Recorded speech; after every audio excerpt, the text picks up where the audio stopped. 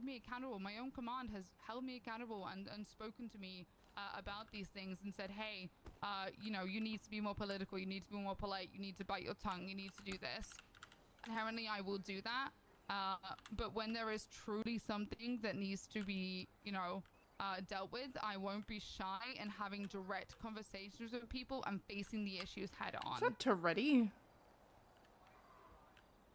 All right. And that's why I have people like, also just to say, Jeff and Lana, you know, yeah, sure, people say they're my friends, but inherently they're also people who will tell me, Lana, I don't think she's here, but she has told me to my face, and so has Jeff, and so have other people, when I'm doing something wrong. And they will continue to do that. As I hope that also if the people feel like I'm not doing my job correctly or I am, you know, doing it wrong, there is, like you said, already a system in place to deal with that. And people can come, I hope, talk to me about it or talk to somebody else about it as well. Because the big issue is people hold these resentments, people have these issues, but a lot of the time people just don't talk to people about them and actually deal with them. Oh wait, that's such a cute photo of Lana. All right. Ty, your spicy question. So, with you, I essentially have the opposite problem.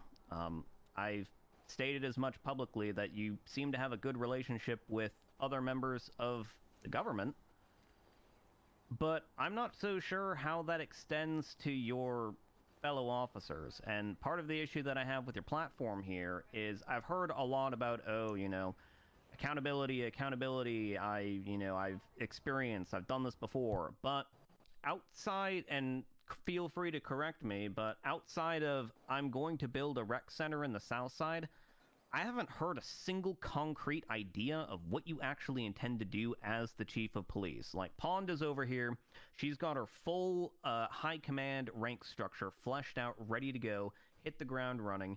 She's already got people picked out that she's going to promote into captain positions and raise up in order to get the ball moving on that.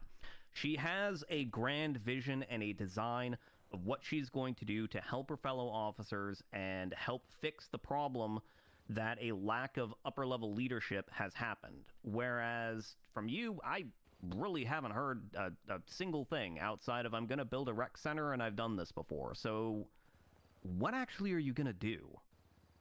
I mean, I spoke about this earlier. It might have been before you were here. My plans going forward in the future will be, I'm going to have interviews. I'm a degenerate. I'm around all the time. Interviews for assistant/deputy chief. I want to give a fair shot to the people in the PD. It'll also give me a pulse on how people are and any ideas they have that they'd like to bring forward. People are made up of good ideas. It's a good way to get them. I also have plans to bring people up to captain, sure. Might have interviews with that as well. I have plans set forward of holding people accountable by which each and every single rank has responsibilities. And they, unfortunately, a lot of people have not been held to that standard. I want to give people the guidance and let them know within their rank and whether they want to go up or down, what those ranks entail. I want to hold those people accountable with what they should be doing. If you're a field supervisor, your job is to be out there on the field, get a pulse on what is going on with this shift. You should be checking in with your officers, receiving feedback from them, giving them feedback. Your job is not to just lead every single scene that you see or need to be a part of because you feel that you have to be the shining star. You should be uplifting the people around you and allowing them to succeed, because once you get to the supervisor level, your position, your job is no longer about your career, but it's about helping other people thrive and succeed, and thus building up your career and with that, and building up the department as a whole. I believe that once I'm able to have these conversations with what is expected of every single rank and what should have already been expected of every single rank, but nobody was there to hold those people accountable, that we will see a lot less problems internally with the PD because people will know what is expected of them. And if they are not fulfilling their responsibilities, after having a conversation and being fair with them, they will be removed from their position, and someone else who it might be a little green to it, but will be given a chance to do so. A lot of those people have currently slipped through the cracks. So I want to help people, build people up in the department and let them know what their responsibilities are with the department, in their rank within the department. I also want to have conversations, which I already currently do and have a good pulse, with the other government leads and heads to figure out if there's anything that they'd like to bring forth. Maybe kind of, I mean, I just had a conversation with Strong Rock about helping out his analyst with basic police work so that they could move to being an agent. I have conversations with you all the time about either charges or officers. I have conversations with Quimbley constantly about things that are going on either within my department or the LSPD as a whole, Department of Public Safety, and how I can work with that, or things that are going on in her department. Yeah, there's a lot of things that I like to do, and I have the experience to do. Getting back to the basics is what is necessary to get that started. If officers are not knowing what they are supposed to be doing, then how should I expect them, or anyone else should expect them, to fulfill their responsibilities? Yeah, I do just want to say, like, having like conversations it's grand, and that's exactly what we should be doing, and talking with people. But we need to make sure we're following it through with action. And that's the main thing that I want to start. And like I said, already hit the ground running and do. Yeah, All right. I want to add. Oh, I'll add to this. It's been spoken about before. All of like 3 people have actually, on a serious level, been demoted. I don't know why it's such a scary thing to talk about. People got to remember, once you get past the level of senior, the rank of senior, your career is not about yourself anymore. You have to focus on the people around you, your shift, your department, your precinct, Department of Public Safety as a whole, and people have not been held accountable to that, and I'm not afraid to do that. Having conversations with people is great, but holding people accountable and making sure that they know what they need to do so that they can succeed in those positions and do what they need to do within the department and for the public is absolutely necessary. And without that foundation, we're going to go nowhere. And that's why we are in the place the LSPD currently is. And to quote you, the LSPD needs a good dicking down, and who better to do it than me? Ugh, the grossest thing I've ever heard. All right, so final question for the both of you. And this goes to sort of the public image of the police department, because when we have mayoral candidates who are running legitimate mayoral campaigns centered around defunding the police department and setting all of your budgets to 0, that's a little bit of a problem. So what my question is, how exactly are you going to rehabilitate the public image of not just the LSPD, but the police department in general? And I know your answer is going to be, oh, well, we're just going to hold our officers accountable, because that's a word that both of you have been throwing out here, basically like candy. Oh, accountability. I'm gonna hold my officers accountable. Okay, what the fuck does that actually mean? And I know this is a bit of a hard question to ask because it's fact specific, but as you've already said, Slaughter, the police department has only demoted like 3 people, I think you said. And how do we know that that's not just going to continue? Because clearly there's been a reason why there haven't been officers demoted. Clearly there is a reason why the public feels like officers get away with things. And what guarantee, what reason do we have to think that that's not just going to continue? Because it's been happening since well before you stepped into office. Like, what assurance do we have that it's not just going to continue? This is a big thing for me. I already have ideas in place. One of those is I feel like the community is not communicated back, and I said this at the start, so I apologize if it's repeated. Isn't communicated back on the things that we do, so they truly do feel, and I understand why things aren't done. So like I said already, I want to improve that communication by having a letter system that goes out to people who make complaints, by using our admin department that we have and our dispatch department, by letting them know who are the officers who dealt with that issue. Hi, Foxy. I'm not going to It's been necessarily go into full good. details about what was done, but people need to have closure and deserve closure to understand that.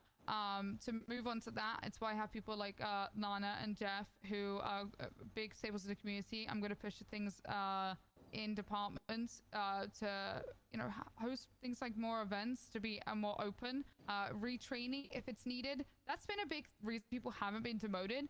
It's a lot of the time it's been isolated incidents with 1 or 2 people that then get spread around like gossip, so it seems like a bigger issue with a lot of people. all that simply required was retraining that officer and either having them do things like go to counseling, have retraining, taking some time off, coming back, reassessing, you know, their position. How are you doing? There has been demotions, 100%. People have been charged, people have been sued, and rightfully so, and people that should continue to happen. I'm going to continue to support those systems, and I know for a fact that with a healthy and stable top high command and captains that follow beneath that, that will be 100% followed through. Can I say here and say, hey, it's going to be perfect? No. But I know that with a better stability at the top, that will 100% be followed through. Yeah, it's we do use the word accountability a lot, and it hasn't been shown as an example over the past few months or even longer than that. And unfortunately, that's because a lot of that came from the top. Who is to hold the people that are currently highest and active on duty accountable at the top when the people above them are not around to know what's going on? And even if they do come around and they hear about it, they don't know what to do because they have no pulse or actual examples of what's going on outside of what one officer brought up or another officer brought up. That trickles down then. If they're not being held accountable, they're probably not going to be holding other people accountable and doing things for officers. I do agree with Pond. Retraining is a huge thing, and it's probably why a lot of officers have not been, for instance, demoted, but there have been plenty of times where officers probably should have been demoted. I have no problem being that person. I have no problem being real with people, again, about what should be rank is and what it means within the PD and outside of the PD. I'll use Sloan as an example. Everybody probably knows how close Sloan and I are. We were once married. We're no longer married. Close friend of mine. She probably gets more scrutiny from me than the majority of people because I hold those closest to me at a higher standard. Not to say I don't hold everyone else at a higher standard, but I expect because those people are constantly around me, they're held to a higher standard. I recently sent her off duty because of how she was talking to me and someone else. I did not like that, and I made sure that she was not allowed to come back on duty until she explained what she was doing, why she was doing it, and came up with an apology. I had to have conversations with other officers and even deputies recently about things that were going on, whether it was lack of filling out reports or it was antagonistic behavior with gangs or just the civilians and the public in general. And when I have been able to step up and speak up within reason, I have done so. And I am a firm believer in that punishment is absolutely necessary, but the punishment needs to fit what the action was. And oftentimes if something like a conversation and training can happen and it did not have to do with their ability to be in their position, then they don't need to be demoted. But if it has to do with conduct or something like that and they are of a certain rank and the public knows that, then a demotion or possibly even firing, depending on how egregious it was, absolutely needs to happen. And I have no problem doing that. I've done that in the past before, and I have no problem doing that going forward. I want to find the Katie investigation. Good luck to the both of you. Enjoy. Thank you very much. Thank you. Our last questions are going to be from Chief Deputy Dominic Giretti. Thank you. Going on, Big T. Chief Deputy. Okay. I got a bunch of questions here. I'm just going to piggyback off of what Joy was saying. And you what the difference is between being the highest ranking on duty right now, okay, versus being the chief of police, and why can't you do any of those things you guys are talking about right now in your positions in command? Oh, I do most of these things. Obviously, unfortunately, I do have somebody who's actively, or multiple people actively, who are above me. And I don't want to, undermine their position if it's something that they need to take care of, but I also can't overstep without possibly looking at repercussions myself. I think something that's commonly a misconception is that the chief of police is supposed to be doing everything. No, the chief of police is there sort of as a political figure, but also to steer the ship, and part of steering the ship is putting people in place that you are going to be holding accountable, but they are also going to be holding other people below them accountable. On patrol, the chief of police, in my opinion, is just another officer doing their job. People should be bringing things forward to the field supervisors. Yes, and if it's that necessary that it needs to be brought up because it was about a field supervisor or some level of supervisor, then it goes to do you want to do it like, I can't like think while this is anyone speaking, to be honest with you. So we can talk about culture, which was desperately needed to be fixed for a long time because there. I don't mind either. we're in the position All we're right. in, You got a or car here? camaraderie and Yeah. having each other's backs and being supportive and just Yeah, I do. doing. I have been doing my absolute best to just do Got a what car we here if you want to possibly go do. I for have a been quick drive. and tirelessly Yeah. talk about it, Lyndon. working at it. I stepped away Sure. from CID just to do that because, again, I repeat, the PD is nothing without a solid foundation, and that solid foundation Those were good is questions. just basic patrol, uniformed officers, and we were at a point where we weren't really having that. Here we go. Assessment of To the the extent we candidates are so still far. struggling. And I wanna be there to support I think everyone. It doesn't both matter of what them my have rank is, and I will continue to do so their, going forward, their whether I win weaknesses. They chief also have of their police or not. strengths. I think they're talking a lot of nothingness, to be honest. There is still a limit to my authority. I don't know. Being I the kind of just lieutenant like and, somewhat the I've acting, had like, issues with command both of them, so for it's kind the of four like of us that we can do, which but is I'm like also gonna always gonna respect, happen. one, my other But I don't know. lieutenants It's just when it comes to interesting. Two, I'm also going to delegate, So, as I already have oh, been. Yeah, I don't mean know. they're playing the political game early by saying a lot of words without actually saying anything. Yes, I'm gonna do this, but like, I mean, words mean nothing, to be honest. I mean, my assessment is I think I hold by my initial assessment of like if I were a government worker that is not a police officer, I would probably be voting for Ty Slaughter. If I were a police officer and had a badge on my chest, I would probably be voting for Pond. Yeah, I mean, I And think if I were a civilian, kind of mixed. I think from not DOJ, from a DA point of view, I think like Pond is the better option just because she has a better relationship with the DA's office, whereas with Ty, I've spoken to him once, and that was when he was grilling me in the DA's office because I said, I don't know, I just work here, as a joke, and he was like, is that all you care about, like the money and stuff? Like he doesn't even know my name, and I was like, okay. So that's the only interaction I've had with Ty.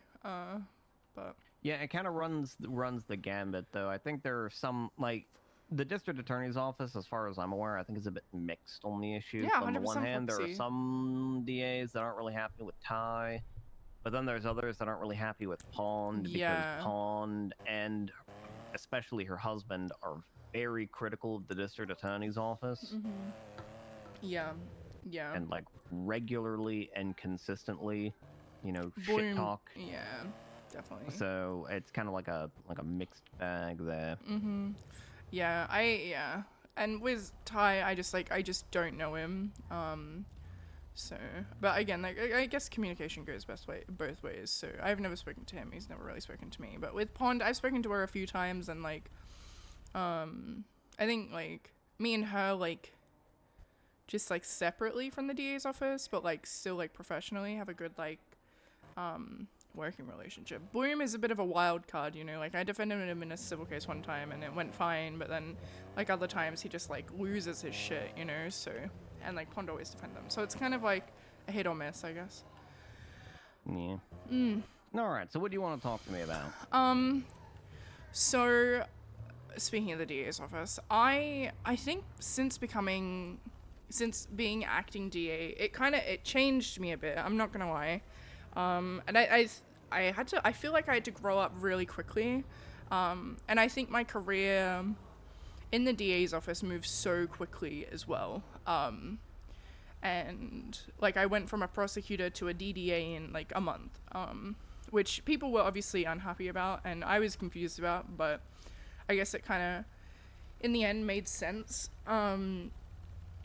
But I think since then, I've just like had a tough time really like wanting to continue, and there is obviously always drama in the DOJ and in the DA's office, because again, like the PD is like always unhappy with us and the defense always are unhappy with us and vice versa, and it's just like I don't know, my Shakaras are really unaligned a lot of the time. And I've kind of stepped away from doing cases because I just like don't want to do it anymore. Right. And I know it's been said that people from the DA's office, like the bench is putting it on hold to like become like court clerks and possibly join the bench. But I just wanted to express my interest strongly because I don't know, I'm in limbo right now. And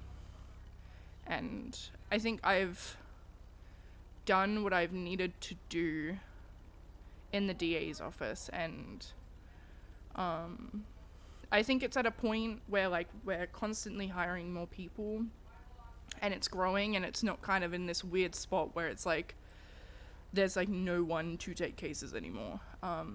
So yeah, I don't know. I just wanted to express my interest, and I know that like the bench is pretty full right now.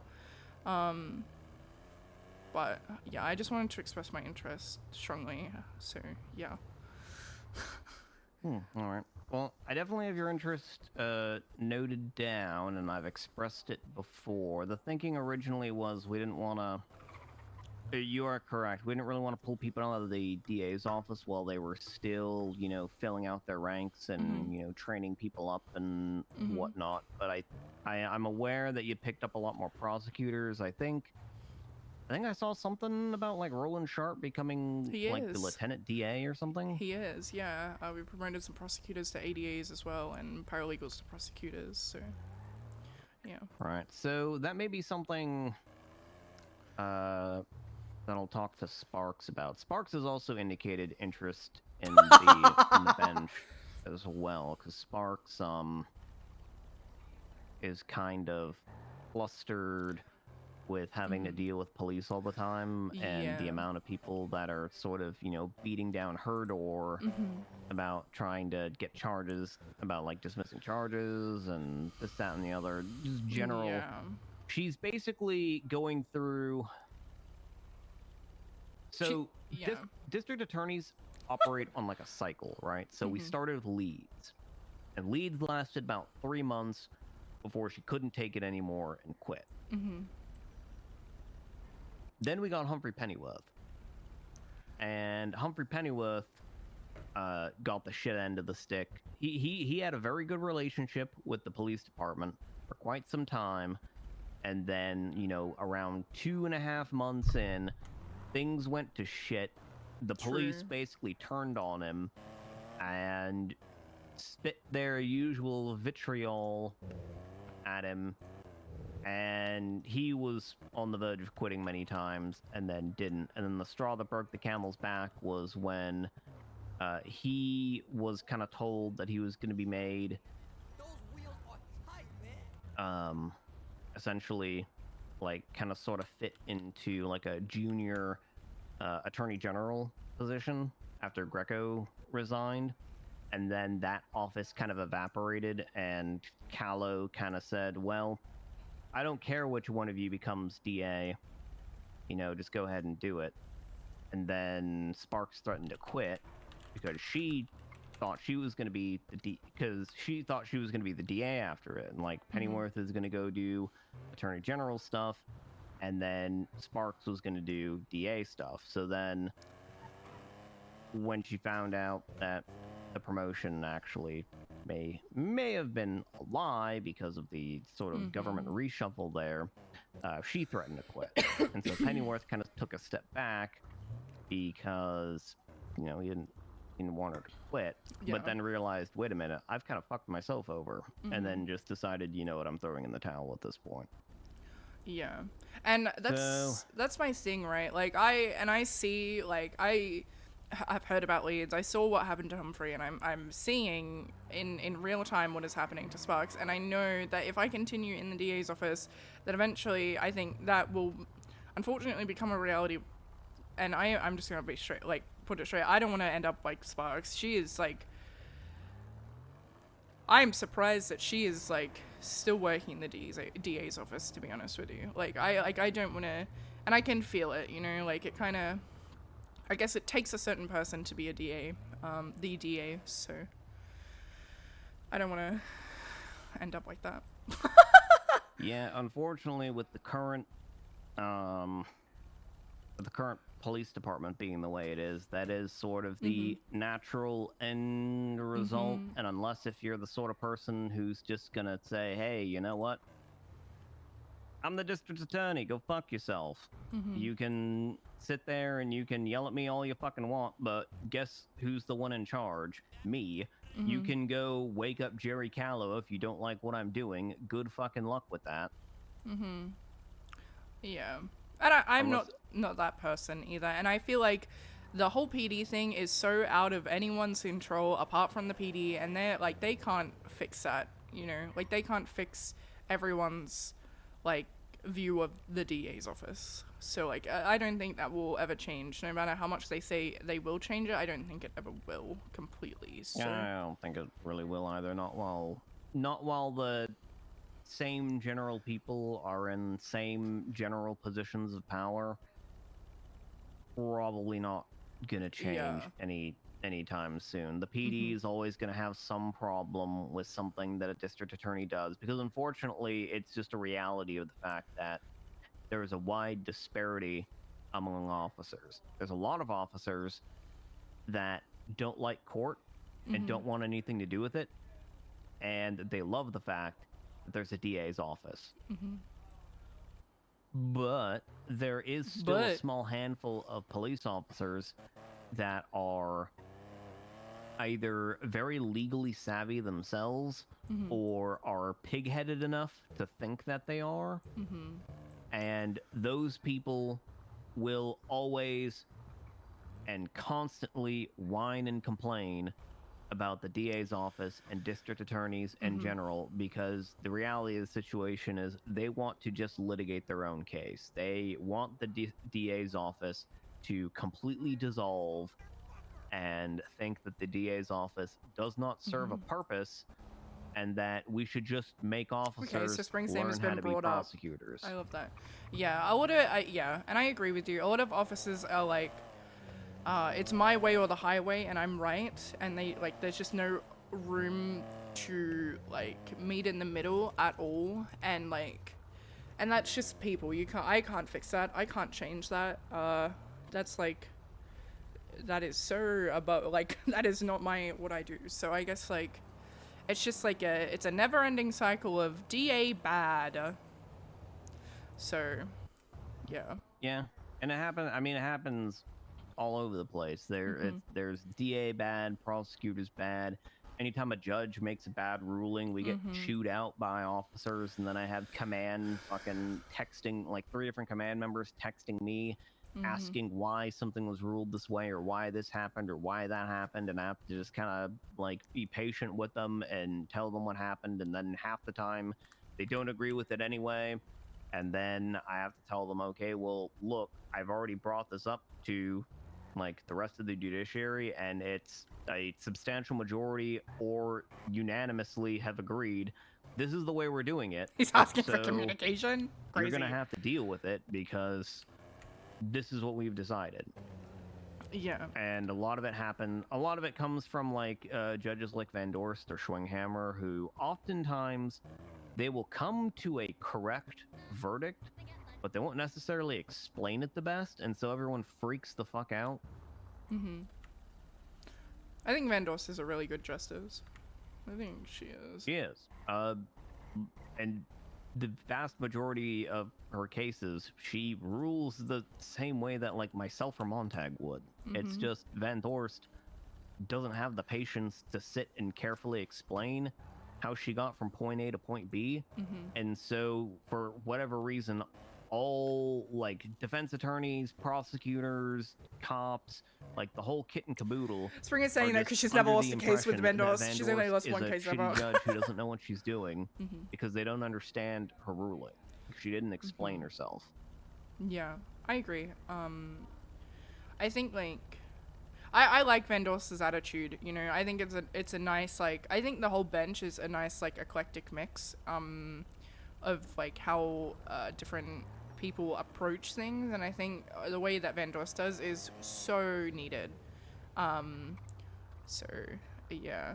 Another thing is I was the judge on the first ever mock trial, and I know it's a bit different, but I like and that was while I was acting DA. Like, that was probably like the highlight of being the acting DA, and it wasn't had anything to do with it either. So yeah, I don't know. I Really, think the mock trial was the highlight of your time as acting DA. it was, yeah, being the judge What for. is this guy doing? Hello, okay. A guy just turned into me for no reason, Okay. flicked his headlights at me, and then drove off. Like you were the problem. Nice. Yeah, what a fucking weirdo. Yeah, weirdly enough, it was. I don't know. I just like. I just like. Now this woman is tailgating me and screaming. Yeah. Okay. Great. God, Thought the this people was a in nice Rockford part of Hills are town. fucking Yeah. weird. What the? Well, this is a nice part of town, but okay. Yeah. I don't know. I kind of look at the DA's office and I think it's for its time because I have learned so much in the DA's office. More than what I was doing when I was a defense attorney. And I'm grateful for that, but like I kind of want to Marie Kondo that shit and like think it's for its time and let it go, you know? Yeah. Nah, I feel you. A lot of people tend to do that. It used to be a lot of times what people would do is they would go into the DA's office, get to a certain rank in the DA's office, and then leave and become a defense attorney. Yeah, even defense, I'm like, I mean, I've only like lost one case, but like defense is just like it's just a whole different vibe, I guess. Good. Yeah. ONX wiki. I gotta look up when Spring was hired. Yeah, so I can approach the judiciary and mention that, you know, you're there and you're around, because the one thing is we've got our bench is mostly filled for like the shift 1 and the shift 2, but we do still have a need for people Shift who 3. are awake and around in shift 3. Right now it's still pretty much just Percy, and Talia is going to be elevated to a magistrate here very soon, so we'll have her as well, but she's been kind of inconsistent with when she's around. Yeah. So really Percy is like the only consistent person around, and Percy is currently trying to outrun a bench warrant. I noticed that. I was told, Spark spoke to Montag about that, apparently, that he's just going to extend it. Yep. Percy is, he's trying to outrun a warrant, and that contempt charge was issued by Montag, so he's not happy about that, and has sicked the entire FIB on Weaver. Nice. So we'll see how long Weaver is able to Weave his way out of the warrant. Yeah, avoid capture. But the problem is right now, because he's trying to evade a warrant, he's not taking cases because he doesn't want to show up to court, because then there'll be a cop there who might arrest him for his contempt charge. Yeah. So because he's on his on the run arc, you don't have anyone for that time period. So yeah, and I've been here since like March. I was looking. I took some time, but like I don't know. It doesn't feel like it, but March was a long time ago, so yeah. I don't know. I'm just kind of like want to do something else, you know? yeah, like I said, I will be more than happy to put your name forward as a judge who's around in the shift 3 hours who can help shore us up there, because I do want to hire another person for that kind of Huge! Because Actually right now, huge. most of our judge prospects that we have right now, full disclosure, like Humphrey Pennyworth had already been given an offer by Montag. Humphrey's just waiting, has been kind of given the ultimatum that he's got to finish up all the impeachment stuff first before we can bring him onto the bench. Yeah. Because Montag doesn't want a judge to be the one prosecuting the mayor's impeachment, because that is a Bad luck. that it makes it feel like the judiciary is involved in, you know, the impeachment when we're not, and we shouldn't. Like there's a degree of separation there that kind of has to be maintained. Yeah. So he's Makes just sense. sort of waiting. We've got Wednesday Flint, one of our court clerks, has expressed interest in coming onto the bench. She just received her bar exam, so I don't think, or received her bar, so I don't think she's going to be climbing up onto the bench anytime in like the near future, but at some point she'll also probably be on the bench. But those are also both like shift 1 into shift 2 people. Mm-hmm. We've also got Harvey Litt waiting in the wings, who's a like Shift 1, shift 2. he's mostly shift 2, but he's like a shift 1, shift 2 as well, but with an emphasis on shift 2 instead of shift 1. Yeah. So that's kind of the thing, is like all of our judge hopefuls right now are all people that are shift 1 or shift 2, and most of them are shift 1 centric. Like our judiciary went heavily shift 2 leaning to heavily shift 1 leaning in the span of about 3 weeks. No, it's shift 3. So Yeah. we do need a couple people still to shore up our like shift 2 into shift 3, and especially the people who can go fully into shift 3. Originally I was gonna pick up Meredith Bestel or Whitlock. Oh, but, gang member. She's Meredith a part of the is Lost. like a full Meredith She's is a a full Lost member of member. the Lost. Yeah.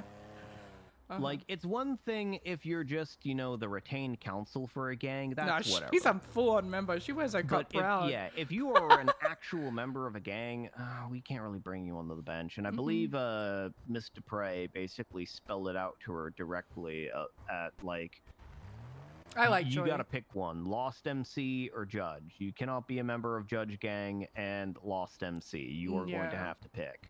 Yeah, and I don't, like, I respect Meredith a lot, you know. I think it's perfectly fine to be a part of an MC, but not do any crime, you know. I think that's fine, but yeah, like, you can't have your cake and eat it. So, Yep. yeah, but that makes sense. And then Uriel? We tried to poach him for the DA's office, and he said yes, and then he, like, never, like, got back to us.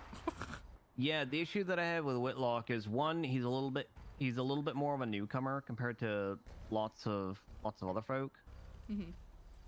And in addition to being a little bit of a newcomer, the other issue is he's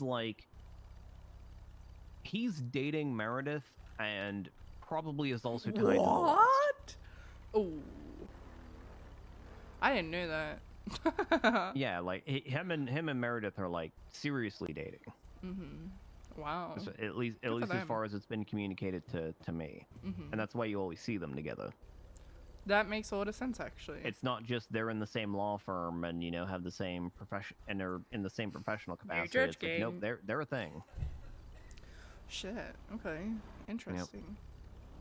Cops. We were. I don't know what that buffalo's doing. I have no idea. The only reason I'm here is because I made friends with this cat once upon a time when I was looking through houses and whatnot. I noticed that there was a cat that just sits on the wall here, and I made friends with it, and now it's my friend cat.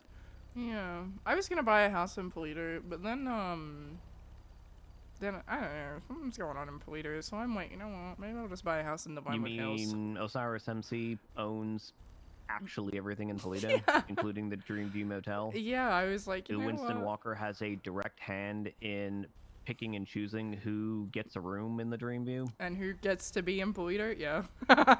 Yeah, so not really sure why the state has allowed that not only to happen but also to continue. It's not even a But registered yeah, business. basically Osiris MC owns pretty much everything in Polito that's not the courthouse, because I own that, or the police station, because the Polito Bay Sheriff's Office owns that. Yeah, I don't really want to. Yeah, that's just I was in a cult for 18 years, and I just don't want to do that. So yeah, I think I might buy a house in the Vinewood Hills, to be honest. Yeah, and I don't know. I think I've changed a lot since March. So, you know, I don't know. You were a fun-loving hippie full of peace and love when you came to the city, and now your eyes have been opened and the cold, crushing weight of reality has been revealed to you, and now you just can't go back to the innocent young lady that you once were. The rise and fall of spring daffodil. Yeah. Now you've become old and jaded and see things how they really are and can derive no joy in the simple pleasures that you once pursued. Yeah, you know, I used to go around wearing no shoes, and when people would ask me, I'd say my shoes were stolen, but I just didn't want to wear shoes. So, yeah, now I wear heels, which, by the way, super uncomfortable. I don't know why people wear these. It's so silly. Well, it's because they make your butt look good. Thank you. You're welcome, but I also kind of meant that in general. Like Okay. when you wear heels, the posture Yeah, that like yeah, you I know have what to you stand causes you to push your butt out. That's the whole reason why heels became a thing. I didn't know that. Wow. Yeah. He's so knowledgeable. Yeah. Well, that makes sense. What's the cat's name? Did you name it or no? Nah. Just a little guy. Yep. Just a little guy. You have a house in mind that you want to buy? I have a couple picked out that I'm interested in. I haven't really committed to any particular house because when houses in other places go on the market, I'm under no illusion that I'm going to be able to get the house that I actually want. So I basically picked like 5 or 6 houses that I'm like, these are nice houses. I could probably stomach living in one of these. And then just kind of left it at that. There's a house on Petro Public Drive that I like. It's a nice house. It's like got a pool and stuff, and it's just like very open. It's nice. Yeah, I'm not pulling a Hayabusa who was squatting in and has you know that like a mansion out in the middle of nowhere on Buenvino Road. Where's Bambino? Where's that? The winery. Oh. From Route yeah. 68, you go to the winery, and then you keep going down Buenvino Road, and then eventually there's that one like big like super mansion up there. Yes, I know what you're talking about. Yeah, Hayabusa wants that house, which I'm pretty sure that It's gonna be a there's lot probably of a money. million other people that also want that house. Yeah. And she is a surgeon general, so I know she, gets them bonus checks from Jerry Callow. But I'm imagining there's probably some criminal organization that is saving up all of their money Probably. to buy that house. Kind of like this one over here, this like red, estate mansion thing over here. I am almost positive that there are probably like 50 fucking people this house here. that all want to buy Yeah. this, and they can't all own it. And while it is very, very nice, I'm also under no illusions that I'm going to even be able to be allowed to buy this, much less that I'll be able to afford it once it goes on the market. And there's probably some like quiet criminal organization that's got like 5 fucking people robbing ATMs like every day. There's a car That's here. got so, like that's probably got like $700,000 scrounged up already. That the moment this thing goes on the market, is probably going to get bought up. Yeah, I would say so. I mean, it's easier to buy a house when you don't like follow the law, I guess, and you get away with it. So, wow. Yeah. Oh well.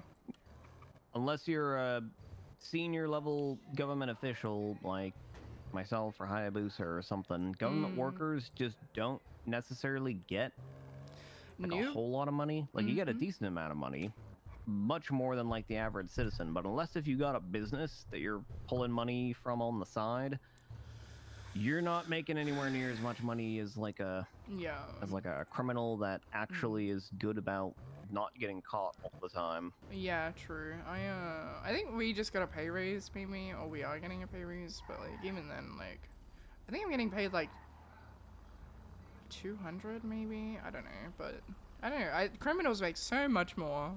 Like they can make $200 in like 2 minutes, to be honest. So.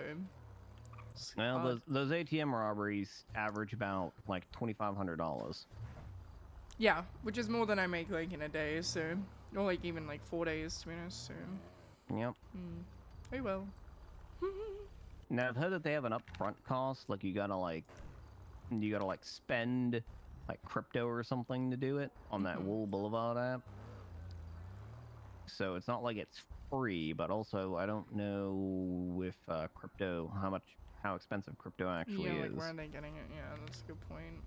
Yeah. It's actually the first time I've noticed that you can like go back here. I'm kind of curious. We're house hunting. I love this. Curious what's back here.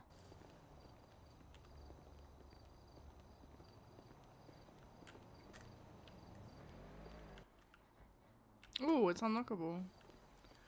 Okay. They've renovated the They've got inside. a garden and they've got a guest house from the looks of it. Yeah. Whoa, I wish we could open this. That would be cool.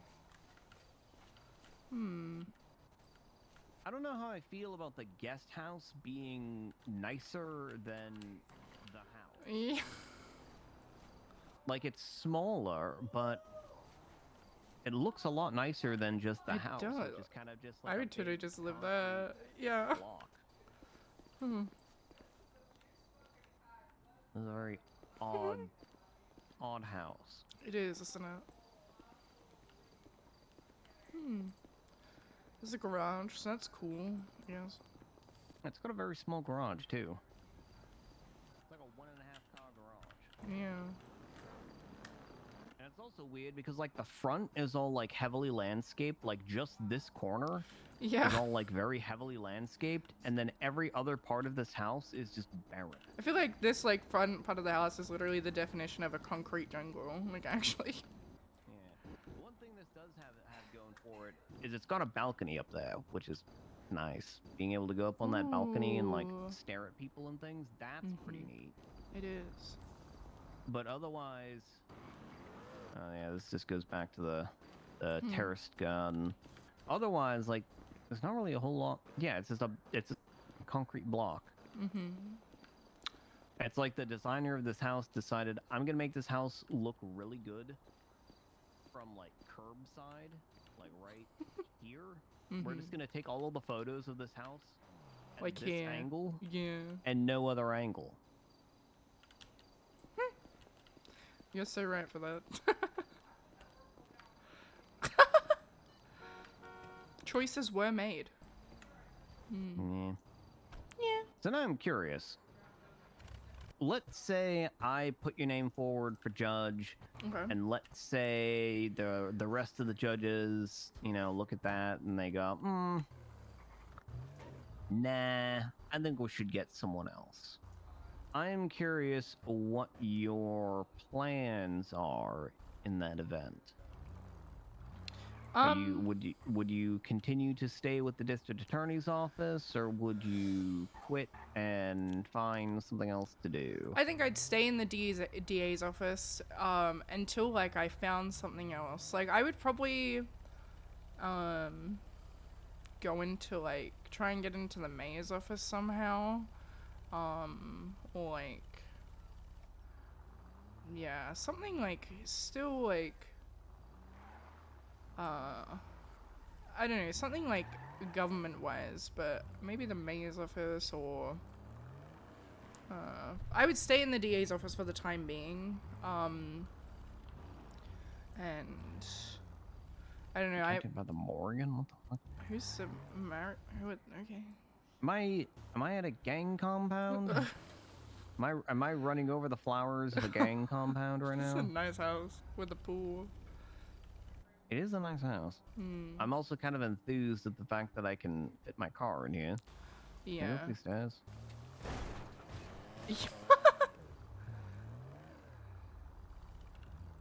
Wow, it's got like a it's got more.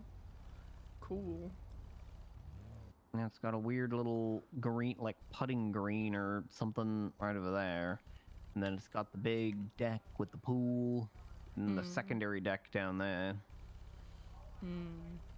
Yeah, this is a nice house. Yeah, I think I'd stay in the not the mayor's office, the DA's office for a bit, and I don't know, I'm getting to know, like, my boundaries and, like, how far I can go with something, and I'd probably get to the point where I'd be like, just like, put me in a chief of staff role, you know, like, Taking a more training and administrative role. yeah, So funny pretty much. enough, when Greco got Sparks to go back to the district attorney's office, because Sparks had been hired at the DA's office before, She got fired. and then quit to become a defense attorney, and then liked what she was doing a lot better, and then Greco convinced her to come back to the DA's office, initially as somebody who was going to be managing like defending police officers from civil suits. Yeah, we're not Because she doing was civil already- anymore. Yeah, because she was already doing that as a defense attorney. Yeah. And so he was like, well, why They don't made you a just, role for you know, her. yeah, why don't you just do it for me? Yeah, well, that's why I And she was was like- hired into the DA's office. I was hired for civil stuff. And then I guess the police officers got mad because I brought in the idea of settlements. Because sometimes cops, a lot of the time cops do violate rights, and they just like don't agree with that. So like a lot of the time, like I'd bring up the idea and they'd be like, no, absolutely not. I can't believe you're settling without talking to me. And I was like, okay, that's not what happened, but okay. Yeah. As far as I'm aware, what the actual problem was, because Ferraro and Nash called me about this and were, you know, screaming about this, that, and the other. What the problem seemed to be was that you're not automatically their civil attorney. They still have to retain you Yeah, as no. counsel. Austin asked me about it. That's why I looked into it. Otherwise, I wouldn't have like touched it without going like speaking to anybody first. Right. So they were kind of pissed off that like you were entering it in on dockets when they hadn't retained you as counsel, and then also initiated settlement agreements, like when That's literally kind not of what didn't happened. have the authority to do it, at least as far as you know what they were saying happened rather. Yeah, which is not what happened. Like Austin asked me about it, and I said sure, I'll look into it. And then I brought up the idea of settlements, and then like I got a million text messages, and I was like, okay, well, Maxwell Tunix is going around saying that I have like settled this out of court, which is not correct because I'm not even like I wasn't even on the case. I was like looking into it, and yeah, I just kind of got blown out of proportion because Maxwell Tunix was like, yeah, we settled it, we're settling it, it's happening. And I was like, well, okay, so. Whose car is this? Does it have rego? No, it's just a shitty beat up car that's just chilling there. The reason why I had to nice. check is there's a house over by the Up and Atom where all of the Up and Atom employees would grow weed in its backyard, and there was a shitty little emperor near that one as well. And I figured it was also kind of hidden in like a bush, so I figured what people were doing is they were growing the marijuana, harvesting it, and then throwing it in the trunk of the car. Because it's one thing if an officer sees you picking marijuana or sees the marijuana growing and whatnot, but it's another if they just, you know, see you going into the back of a truck. Like what do they have on you to indicate that it's, you know, Yeah, anything criminal? true. I agree. Yeah, but that's what happened with that civil case specifically. But there were other times where like I like Lewis Bloom, for example. I like defended him in his civil suit with like that Kelly Banana like went against him, right? And like he wasn't found liable at all. And you know, like when it comes to civil stuff, I take things where it's winnable, you know, or like, yeah, so, I don't know. And then we just agreed that civil just, like, we're not gonna do it, and they can find defense attorneys for it, so. Which is the whole reason I went into the DA's office as well. So I think that's another reason, is, like, I don't know, I just, like, I got hired for civil, and it's not a thing anymore, so. Yeah, like I said, that's how Sparks got in there. It was like a two-parter. Like, one, Sparks training people to be prosecutors, and two, her continuing to do her regular civil work. And then over time, it turned into Sparks doing regular prosecutor work again. Also, I feel like this thing right here, I feel like there needs to be a ramp, like right here, so that you can like ramp a car onto the roof of that dude's house right there. Grime. Yeah, no, Otherwise, I agree. why would you have like this long approach? It's so weird. like, no reason. It's not even flowers or anything. It's just a bush. Yeah, it's just a hedge. I think that's the thing. Like, I think people get hired into the district attorney's office to do civil stuff, but then there's not enough prosecutors to prosecute things. So it just like Yeah, you goes get out the hired to window. do civil, and then haha, surprise! We've Jerks. got you now. Take You're a this case. prosecutor. Mm-hmm. It's Yeah. like, no, that's not what I wanted to do. Uh-huh. Too bad. We've got you now. Yeah, I mean my first case Slave ever. away in the mines now. True. In the prosecutor mines. Can I fit in here? I don't think I can. Slightly too wide. And my first ever case was a civil case as a paralegal for Archibald Lambda. May he rest in peace. And that was one too. There's plans to name the DMV courthouse after him. Yeah, I brought that. That was like my initial idea. Like, I think I got a bunch of like signatures for it. Hang on. I just like never come on. followed through. Eh. You've got it. I need a little bit more speed. Eh. There we are. Now, there's not really anywhere fun to go up here. I guess I could go like right here. This is what I do when I'm bored, is I get one of the, usually either this car or one of the golf carts, and I see all of the Oh, I love strange little him. places Never in change. like people's houses that I can hide it. And part of the reason Yeah. why I do this is the last time I did this, I ended up finding like 3 different places where people were growing weed. I love that. That's amazing. Yeah, I started a petition and I'm looking at it. 43 people signed it, so I just never followed through with it, I guess. Yeah, I'm thinking if, like, obviously it's gonna have to be something that's decided by more than just me, but I want to do it because I have the sneaking suspicion that if we were to name the DMV courthouse after Archibald Lambda, I think Percy Weaver would be very, very irritated at that. I think it would be, you know, I think he'd be extremely irritated at that, and that automatically makes me want to do it because that's funny. yeah, you know, Archibald never had a funeral because Rosa was meant to throw the funeral, but then she dipped out of town when she was being investigated for corruption. Wait, Archibald had a funeral. I was Did at it. he? Oh, okay. Well, Yeah. he didn't have one initially. Like it, because Rosa was... Yeah, Nora Dupre organized it. That makes sense. Yep. Oh, it was the other judge. I'm forgetting his name. Prescott. Prescott didn't have a funeral, I don't think. Yeah, Prescott did have a funeral, actually. Oh, did he? Yeah, we scattered his ashes off of a cliff, and then Katie St. Clair punted them because we decided that, you know what, Prescott probably would have wanted it. And then instead of, you know, doing typical funeral shit afterwards, we had the Bertrand Prescott Memorial Fight Night.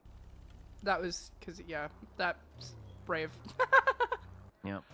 I mean, he died in mutual combat, so we decided what better way to honor a man who died like a bitch in a fist fight than, you know, having everyone engage in a fist fight.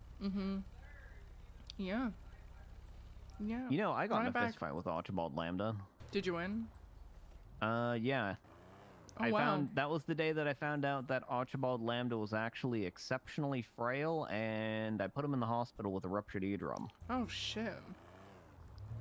Okay. I remember he, like, walked in, he was speaking to me. This is when he gave me my bar. He was like, don't worry, I'm not like that other dumb judge who got shot. I've been shot before. And I was like, okay. And then he died in mutual combat, and I was like, okay. It's so funny. Yeah, Bertrand was old talk. Yeah, he was. I love it. Now Percy, on the other hand, I think Percy's a little more of a sturdy fellow, but time will tell. Yeah, I think Percy used to be the district attorney, like, somewhere else or something, he was saying. Yeah, I think he was. I don't know. Yes, I think he was. I'm not 100% sure. Percy is definitely a wild card, too. Yeah, he has some judicial ideas that diverge quite a bit from the rest of the judiciary as well. Nothing like too crazy, but there are just certain approaches and certain things that we do where he strongly thinks that we should be doing things differently, or that something that we're not doing we should be doing, or something that we're doing we shouldn't. He's one of the more outspoken members of our judiciary as a result. Yeah. Not to say he's wrong about anything, but he just he has some opinions. Oh, this is where I almost Some of killed them very Miss Mabel. strong opinions. Huh. This is nice. Oh, it's got a Yeah, this is condo. Yeah, this is one of the larger houses. This is another one where I'm pretty sure that like some criminal with way too much money, the moment this thing goes on the market, is probably gonna It's got a immediately tennis come court. in and swoop this up. Yeah. Because it's also this is like one of the largest houses I think that you can get. Mm.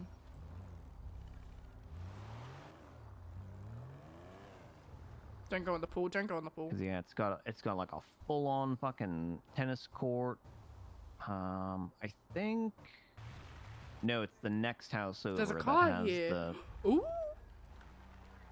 It's the next house over that has the thing that goes down to the reservoir. Mm. Under.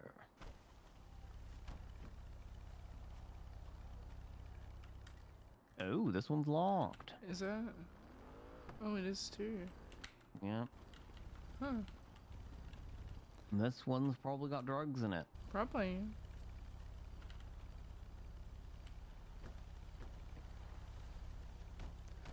She punted it. Interesting. Little hidden scrap truck. Mm. By the way, this is not this house, but one of the other houses nearby was one of the house where Nice. I found weed growing. Cool. No, this house is nice because it's got like this whole like yeah. thing here. Nothing but bad then has it's got, ever you happened know, the main here. big house, but then it's also got the look over the water, but then it's also got the tennis court. It just has a lot of No, stuff. I don't know. I don't think he has. A lot of things going on with this house. There's a lot going on. It's a nice house, and it's like decorated nicely too. And it's got Yep. multiple balconies.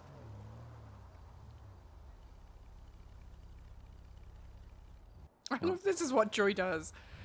He's just a little lot of guy. balconies. Mm. A lot of places that if you're a criminal looking for a compound, This would a be lot of it. places for you to shoot police officers. This would be the ambush. No, Yeah. this is where Skylar almost killed Moose Maple. Huh. Also, These are nice houses. Vice Gang? Who the fuck is Vice Gang? Vice Gang? I've never heard of them. I've never heard of them either. What? What even is a Vice Gang? I have no idea. Like, is that like you've got your gang and then you've got the Vice Gang, or it's like the second gang in command? Like, how the fuck does that make any sense? This is nice. This is really nice. This is a nice house. Yeah, all the houses on this little peninsula are quite nice. Some of them are a little bit nicer than others. This is see now this is the house where I did find weed, and it was growing right here, up against this wall. I love that for you. And then I alerted the police that, yep. Yeah, this house, it's got a boardwalk that goes down to the beach, and then it's got like that Ooh. interior gym. There's like a gym in there. I don't want to drive down there because it smashed up my car trying to get up the stairs. Nice house. Yep. All three of these properties are quite Vice Gang again. Ooh. Yeah, it had the thing on this house too. Vice Gang. yeah, What I the fuck saw. is Vice Gang? No idea. I wonder if Vice Gang happens to be the owner of that rat loader. Maybe. Actually, you know what? I can probably look up the owner of that by its license plate. If I just You go back could. and like MDW the license plate, I bet I wonder can if figure out who could do owns that. as a DA. Huh. You know, I'm gonna fucking do that. 'Cause now Alright. I'm curious. Now I want to know. No, I'm Because curious. this might be my lead into this mysterious vice gang. Found a drug trafficker, maybe. Like a vice gang drug trafficking. The drama. Could see Yeah, it. I can't let Vice Gang get all of their weed money together and buy up all of the all 3 of these really nice houses. Fair. Technically 4, but this one over here isn't really as nice. Like it's nice, but it's not as nice. Yeah, I agree. Okay, let's take a look. This is so funny. Joy is literally just a little guy. I almost slipped into the water. Wait a minute, was it? Yeah, it's like to the right of us, I think. The other right. Oh right, it's yeah. It's over there. Under the tennis court.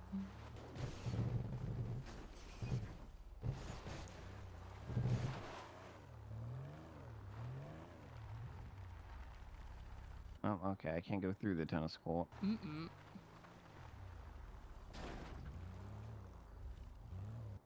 Ooh. Ooh. I fit through I reckon you here? could I think I can. squeeze, yeah. Yeah, alright, perfect.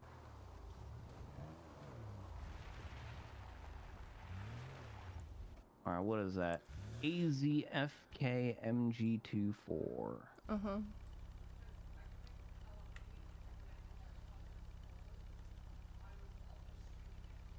This is the funniest shit that I've done on the spring. What the heck? Oh, I don't think I can actually search by Can you run a license plate? plate. No, I don't have the. I'm not a cop. I can't run Yeah, me neither. plate. But what I can do.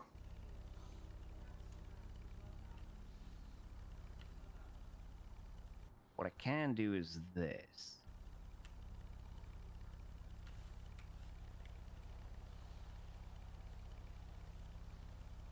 He's calling a cop. Hello, this is Supreme Justice Joy. I need a favor from you. I need you to run a license plate for me, please. I love him. What the fuck? He's just like, hey, do this. All right, it's gonna be A Z F K M G 24.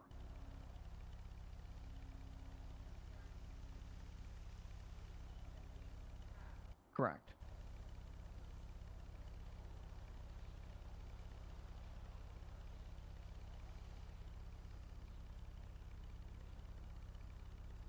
Roman Harbor. All right, awesome. Thank you so much. Bye. Who?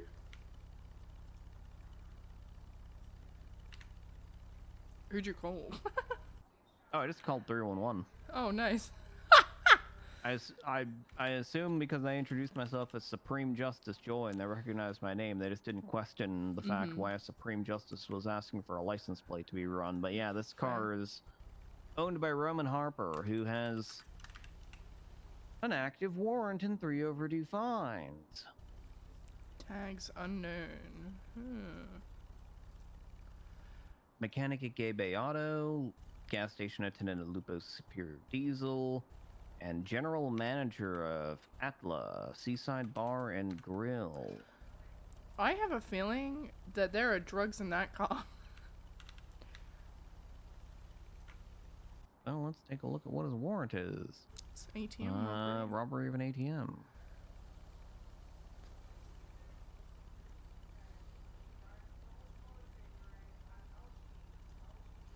Does he have any friends? No. On that warrant.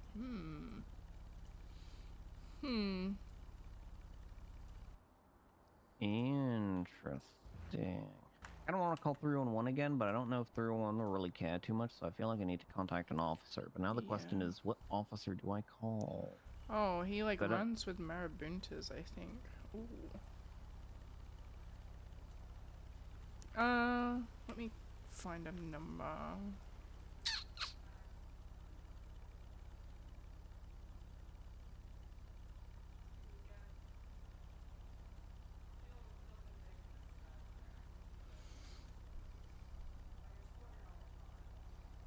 I actually don't have all the cops numbers saved in my in my phone. Actually, I'm gonna wait. Slaughter and hello, Lily. How you doing? Weems. Gotcha. I have a tip for you. All right. So there's a man named Roman Harper who has an active warrant out for his arrest for an ATM robbery, right? I have found his rat loader.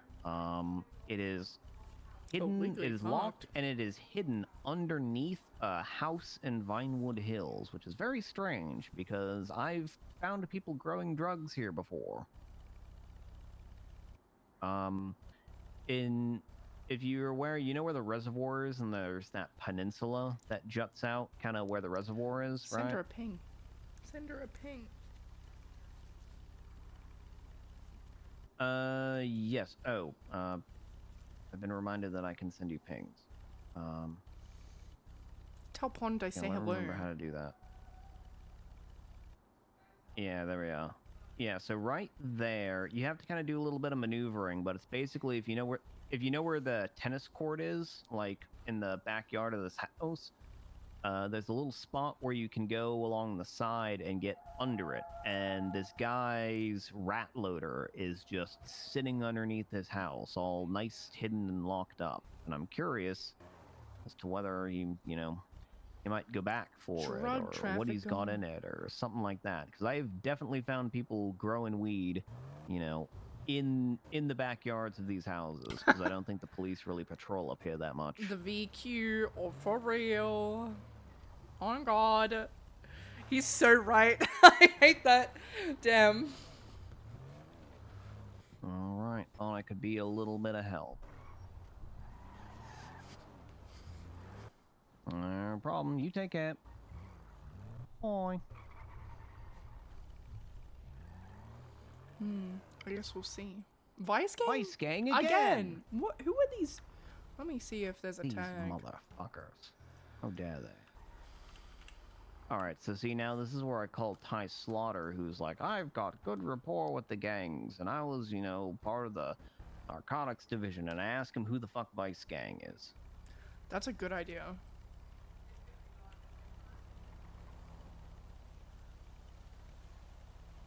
Oh god, now I realize I don't actually have Ty's phone number because I always talk to him in person. I never call him on the phone. Nice.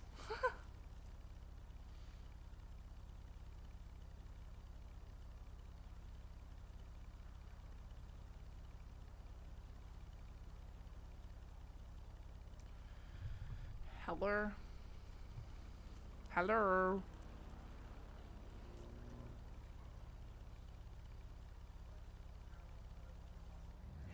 Alright, let's get to the bottom of this. Nice.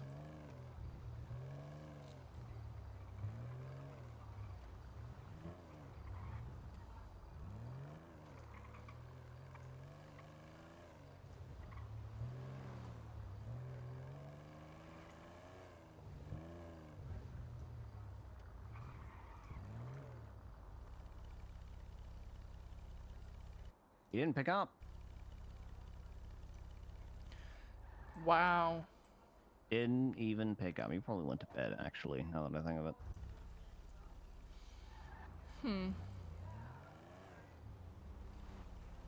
me search Twinster and see if Vice Gang has been said ever.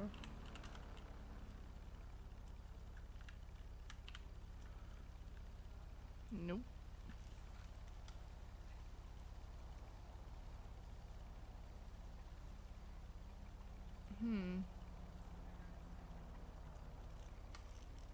Vice Gang. Vice Gang! Well, I guess that's a mystery for someone else to solve, because I'm not a cop. Me neither. However, if I were a cop, I probably would be a pretty good one. I think you would be too. Hello. Yeah, I do like the the thrill of investigating things. Like if I were a cop and I saw this vice gang plastered around there, and I see, you know, this Roman Harper guy parked in their area, I think that's a rabbit hole that I would just jump down and see where it goes. That's a good Because idea. I think as a cop, I would probably be the guy where, like, if I had a lead like that, I'd just fucking, you know, climb up and lie down on a roof or go and sit in a bush for several hours, waiting, watching, seeing what happens. I can see that. That makes sense. Yeah, I don't know. So I don't know, I nowhere to be seen. I get a thrill for the hunt and whatnot. Does he have any family in law enforcement? Do you have any family, Joy? Like, any, like, family here? Or, like, what's your family like? Family here? Not to my knowledge. I mean, I have parents. They're That makes over sense. in England. They probably still live in London, as It's far as English, isn't it? I know. I am an only child, but yeah, I had a woman actually text me. Her name was like Josie Jones Joy or something. She's like an EMS cadet. Oh. And she was asking if we were related because we have the same last name. And like, I'm an only child, but my parents, I know, have siblings who have kids. So like, it's possible that I've got like cousins or whatever you call your parents' the relatives' kids' kids. I don't know if that's like a cousin Like once second- removed like or second or cousins, second so cousin third or cousins, maybe. I don't know exactly how that shit works. I'm not a whatever person studies like family trees or Yeah, whatever. like Like I don't know what heritage, that shit's called, but like yeah, I probably have, you know, people like that. I don't have any direct family though, because again, only child.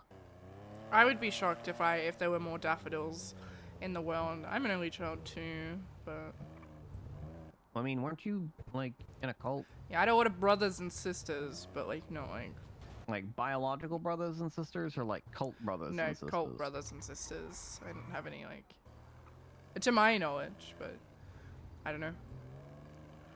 But to be fair, I was also like, I was born into it, and I was born, and they like treated me as God, so I don't know.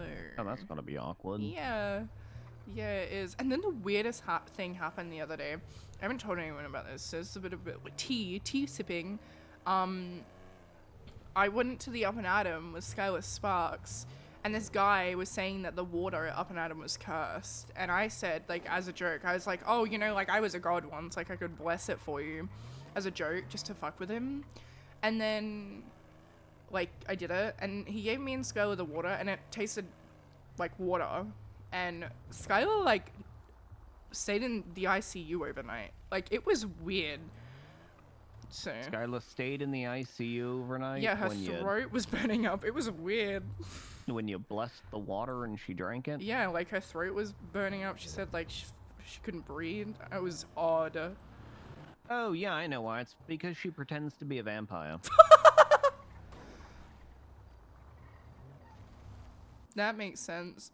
Yeah, she's fascinated with vampires. She that's why said her that. And yeah, that's why her and Justice West, when she was around, got along very well, because they both like would pretend to be vampires, and like that was the thing. Huh. And not Sparks, but I used to make fun of Justice West all the time for, you know, being like a hot topic kid. That's so funny. Because that's what she just kind of really reminded me of, like a person who was just like fascinated with Hot Topic. That makes sense. I'm trying to remember who that is. What's her first name? Or was it a guy? Oh god, what was it? Antigone? Isn't that like a... It was either Adrian West or Antigone West. think it I don't was- remember which one it I was. think it was Adrian,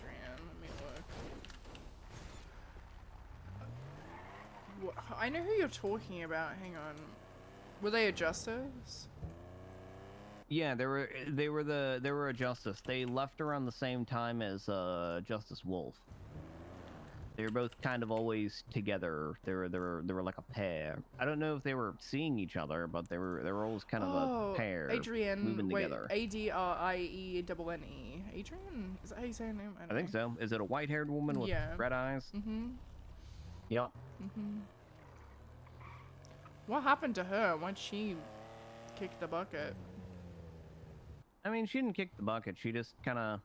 She disagreed. Her and Justice Wolf both sort of disagreed with the way certain things in the city were run from like an upper level perspective. I don't know if they necessarily had any problems like with the DOJ itself, but kind of had problems with sort of like the upper sort of government administration.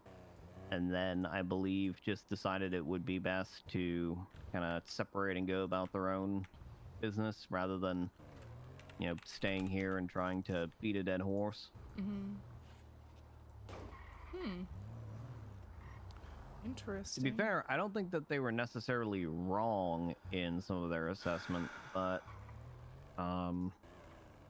also I'd never really got the full picture because like some things kind of came to a head between them, Jerry Callow and Montag. And I know that they were in talks with some things, and then I guess that didn't go well, and then that's kind of when West and Wolf departed.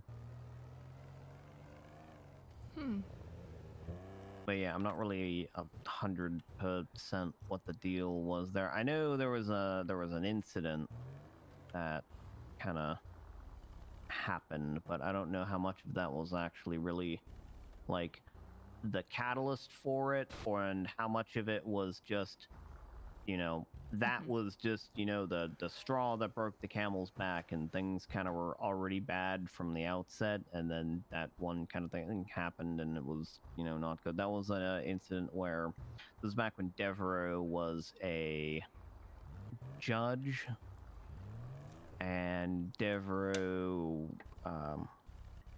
ruled a certain way on a case that they didn't agree with, but also there was a question of whether Devereaux even had the authority to take the case, because we had and still have internal guidelines as to when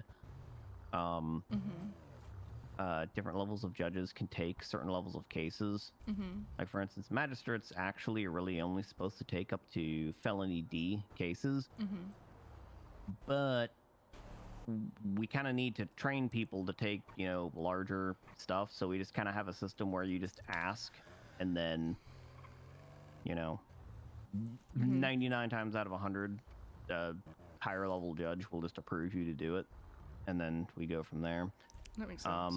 So part of the problem was Devereaux had just kind of gone on this case because I guess there was some miscommunication where Jerry Callow said, without really knowing too much about our internal guidelines, had told her that she could take any case. Right.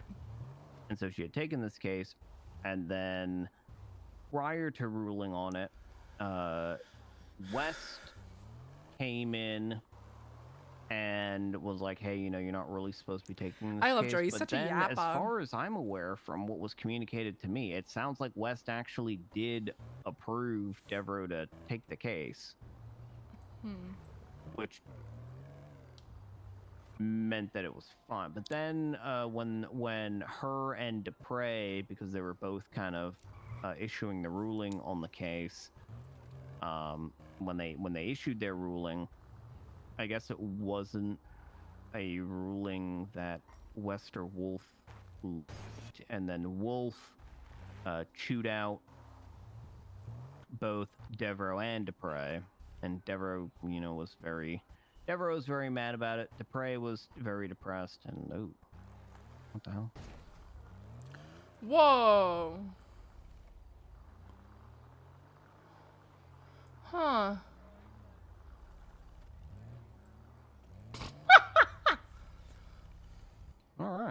There's a lot of cool. interior space. Yeah, the garage is like, okay. Yeah, this isn't the first time I've seen a house like this. I guess when the realtors are appraising a house, they actually carve out the interior space of the building. And if the building has a working garage, then a lot of times the garage will actually just open up into this interior space. You have to build it yourself. I don't think you can get out of here. Oh shit. I think I can if I go... I think I might need to go a little bit faster. The problem is I'm worried about the door shutting. Oh, you're fine. There we go. That's cool. Interesting. But yeah, so I don't know if it was Wolf found out, because again, West seemed to be mostly okay with the idea of them taking the case, even after like directly approaching them about it. I don't know if it's that Wolf found out and was just against them going against the guidelines in general, or if it was the ruling was really, really bad and that's why Wolf stepped in. But like, long story short, Wolf stepped in very angry, chewed both of them out. Devereaux was very pissed off, was like thinking about quitting, and Dupre was very depressed. I spoke to Dupre and told her like, you know, it'll be fine, don't worry about it too much. And then I guess that's when Montag and Mr. Callow got involved.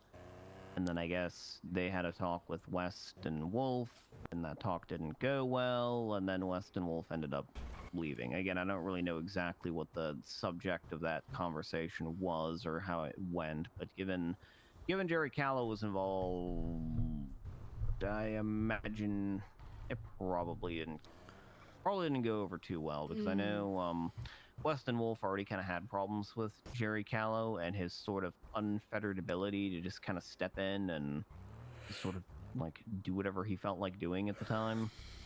Right. Despite the fact that he had already elected to become the governor, and like there's typically, you know, a balance of power between, you know, the governor's office and the judiciary. And like there's a, generally speaking, the governor isn't supposed to be coming in and, you know, doing things to judges, because the governor doesn't really have any authority over the judiciary and whatnot. And so I imagine Wolf probably saw that as Jerry Callow just kind of being a tyrant, if you will, and just sort of, you know, putting his foot down and kind of controlling like everything, which I guess left a bad taste in his mouth from some other places that he'd been. And so he and West just decided nah, and sort of, you know, vacated their roles and left town. West actually went on a leave of absence for a while. I think she was kind of on the fence on whether she was going to stick around or not, and then ultimately decided, nah, not for me. I see. And that's like ancient DOJ history now. That happened back in like January, February. Yeah, that was either in I think February, maybe March, but yeah, it was a while ago. Yeah. I think our DOJ is pretty strong though. Like, I think it's always been a very strong DOJ, which is really unheard of, to be honest. Like, I don't know, it's just nice. Well, Montag and I and the rest of the justices have all put in back-breaking labor to make sure that our DOJ is and remains nice, because if nothing else can be nice in this city, we at least want the tiny little corner of the city that we have some measure of control over to, you know, be nice and to make people feel like they've got a place and whatnot. And sometimes we fail a little bit at that task, especially when we have attorneys and police officers and prosecutors who all maybe have different what is it, like different ideas on how things should be done or how we should be doing things. Sometimes we just kind of have to pick a direction and go with it, and sometimes that direction will necessarily leave people behind. I mean, not everyone's gonna be happy all the time. I mean, that's like whatever, and obviously human error is something to always cater for, so no one's perfect. And if everyone was perfect, it would be really, really boring. So, yeah. Yeah, people doing things wrong and conflict and everything, you know, that's the spice that we all need in our everyday lives, because, yeah, I mean, if nothing was ever contentious, we wouldn't need a fucking DOJ, because, like, the whole reason we're here is because someone has a problem with something. That's why lawyers exist. True, accurate. So, without people being pissed off about something, or without people fucking up and doing something they shouldn't be doing, we would be out of a job. Yeah, that's a good point. So, Yep. thank God for those guys, I guess. Yeah.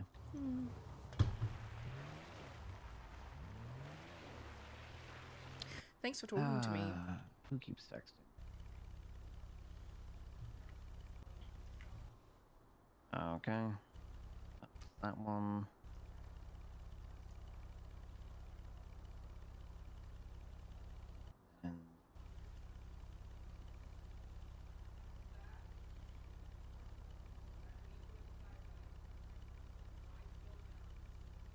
And Thank you, Kira. I appreciate it. okay, that can all wait.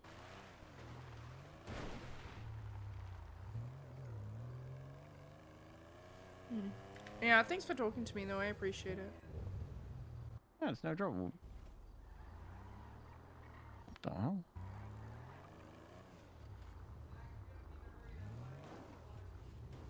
This is the weirdest fucking pool I've ever seen. What is the point of this? Look at this.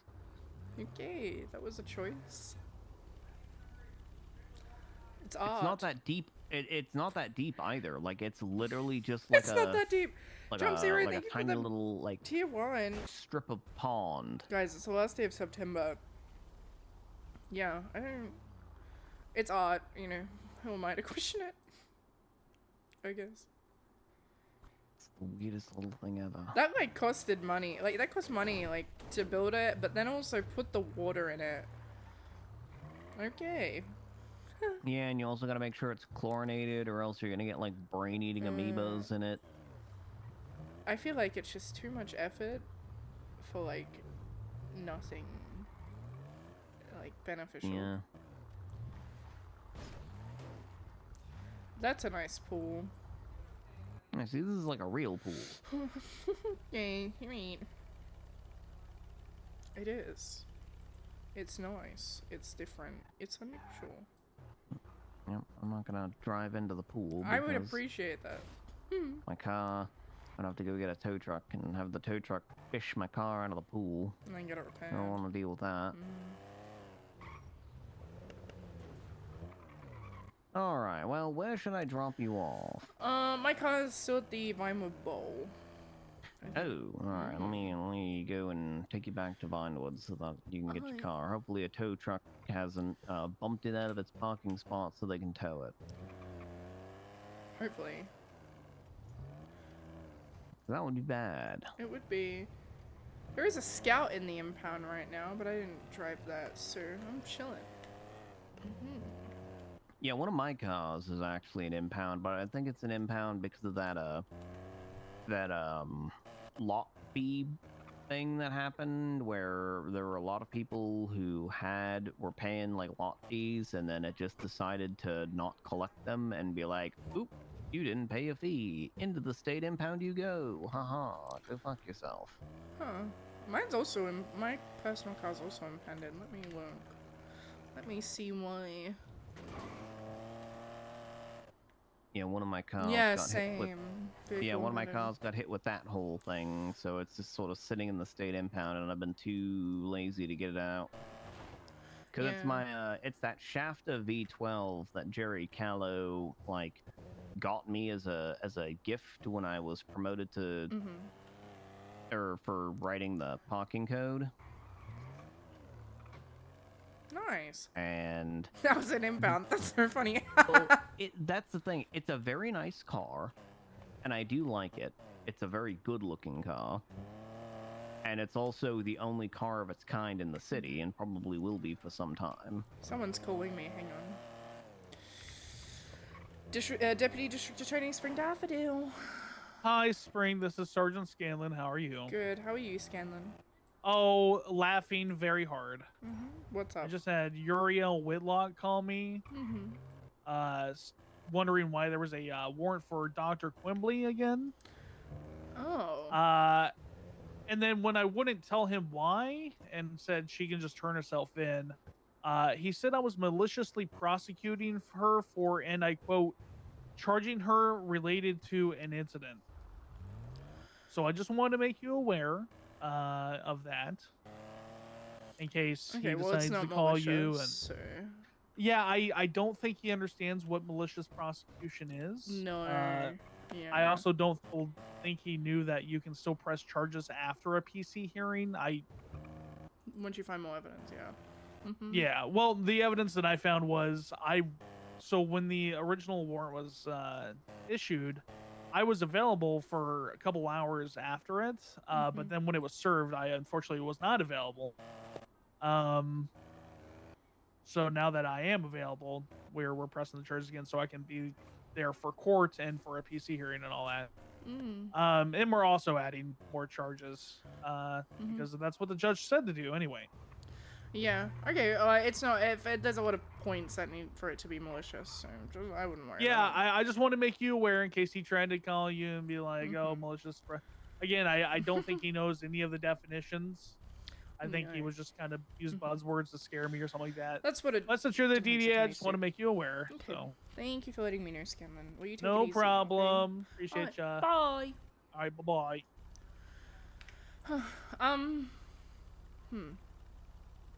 It is a nice car. I have seen it. It is nice. It's nice. Yeah, but the reason I don't drive it is because it's a car where I tap the accelerator and it's already going 10 over the speed limit in the city. Oh. So it's like it's like too much car for someone who's not trying to outrun the police. That makes sense. Okay. Well, you take it easy. Let me know if you hear back. I'm sure you will, but thank you for talking again. Yep, no problem. Alright, will you take it easy, Joy? I'm gonna distracted drive now. Huge! Enjoy that.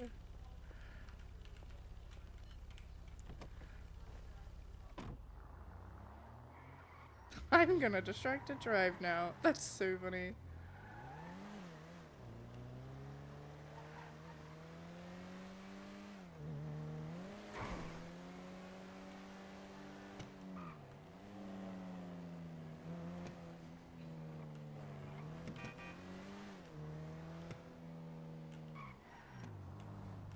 Joy's such a little guy.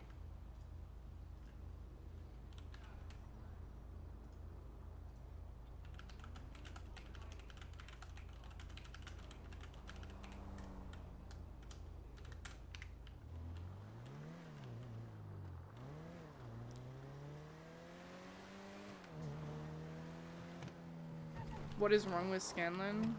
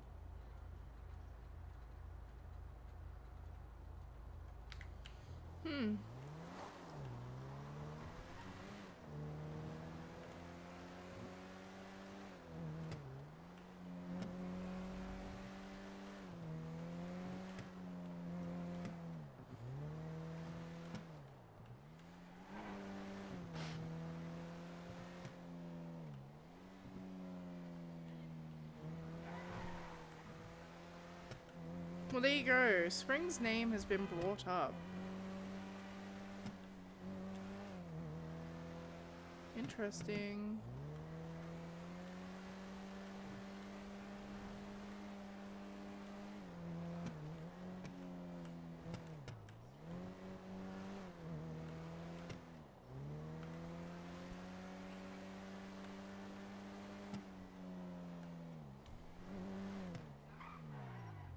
For the bench? Yeah, it already had been beforehand. The reason they said no, you didn't ask about it, but the reason they said no was because like they didn't want to get anyone from the DEA's office. But now Drew's like, I'm gonna put a name forward.